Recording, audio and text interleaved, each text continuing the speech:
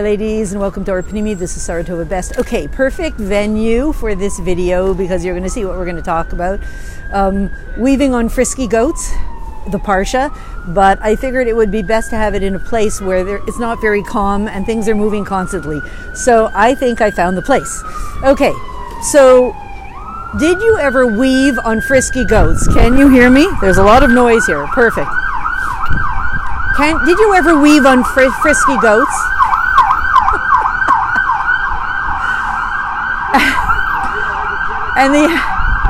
And the answer is, well, yes, we do it all the time. And what does that look like?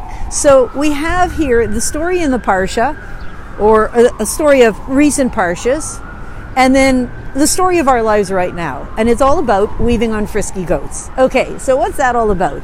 So back then, in brief, there we were told by God to build the Mishkan. And in my mind, we know that the women donated first and better, etc. So in my mind, the men must have scratched their heads and thought, what? A Mishkan? Bring the Shekhinah into a place where we're thinking about frilly curtains and all these cute little things? I mean, what do curtains have to do with godly presence with the Shekhinah? This is so weird. But if God said it, we will do it. Aye, aye, sir. That's what the men probably thought. Because men are from Zah, women from Malchus, etc. for another time. The women probably thought, wow, yay, somebody finally understands us. It makes so much sense. If God's going to dwell in this physical world, make the cute curtains and stuff, right? So let's say that's the case. So when it came to doing the tapestries, let's say, so again, all the guys said, well, I guess so. And all the girls said, yes, yay, let's do it.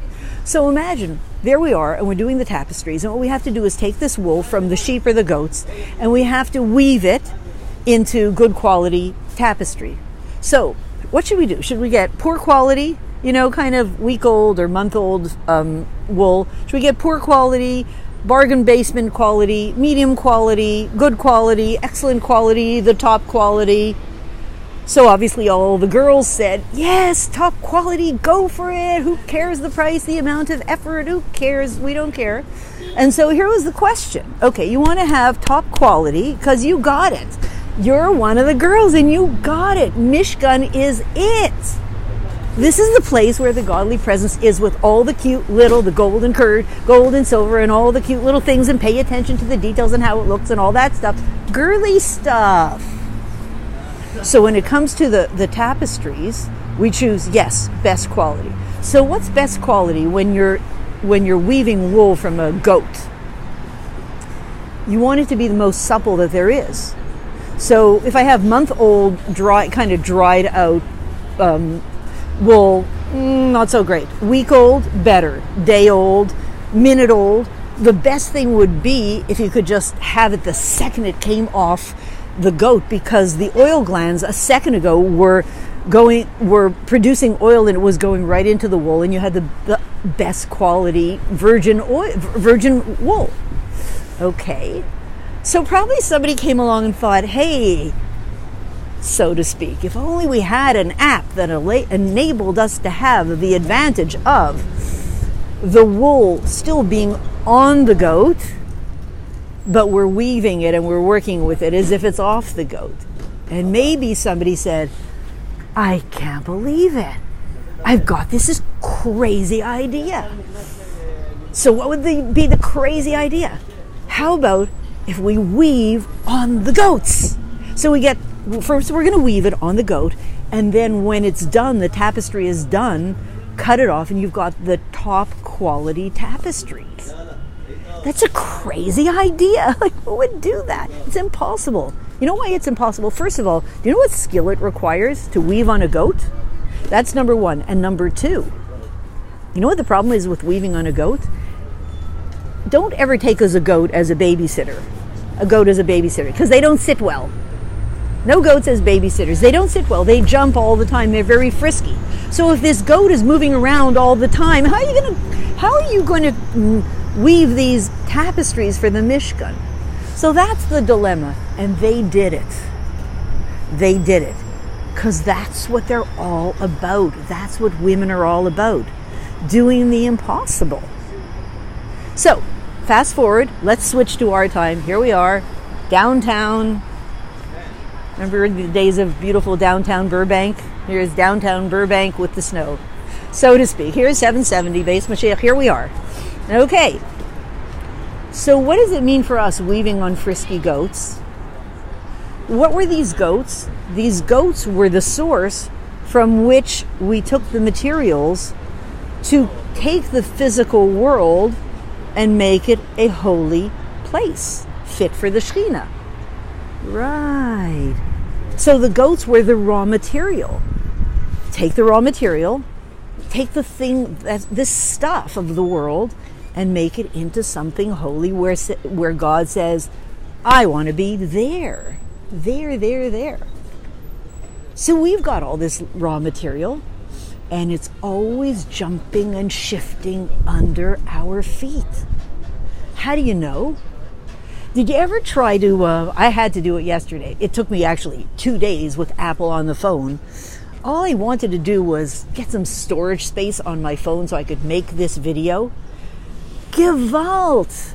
We had to upgrade iTunes first on my phone, then we had to go on the computer and we had to connect it, and then we did, and the iTunes was out of date, and so we had to upgrade that one, and then of course I had to upgrade the software on my iPhone, but really they want you to buy a iPhone 5S. Who has an iPhone 5S? Like, where have you been? It's for the museum. Really, you need iPhone 6, and it keeps upgrading and it's shifting, like, hello. Where's my phone? Oh, all the data. No, the data doesn't go in here. No, you need more storage space. No, you have to upgrade. You have to downgrade. Hello, where's my phone? All my data. What do I do?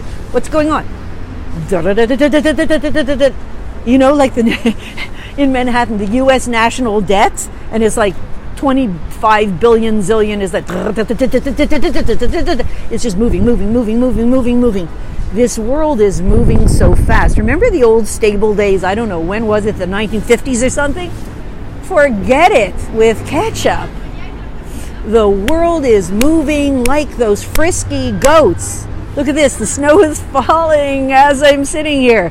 As a Montrealer, what other normal person would sit here in making a video in the snow? Montrealers, yay for Montreal. We love the snow. We'll sit in it all day.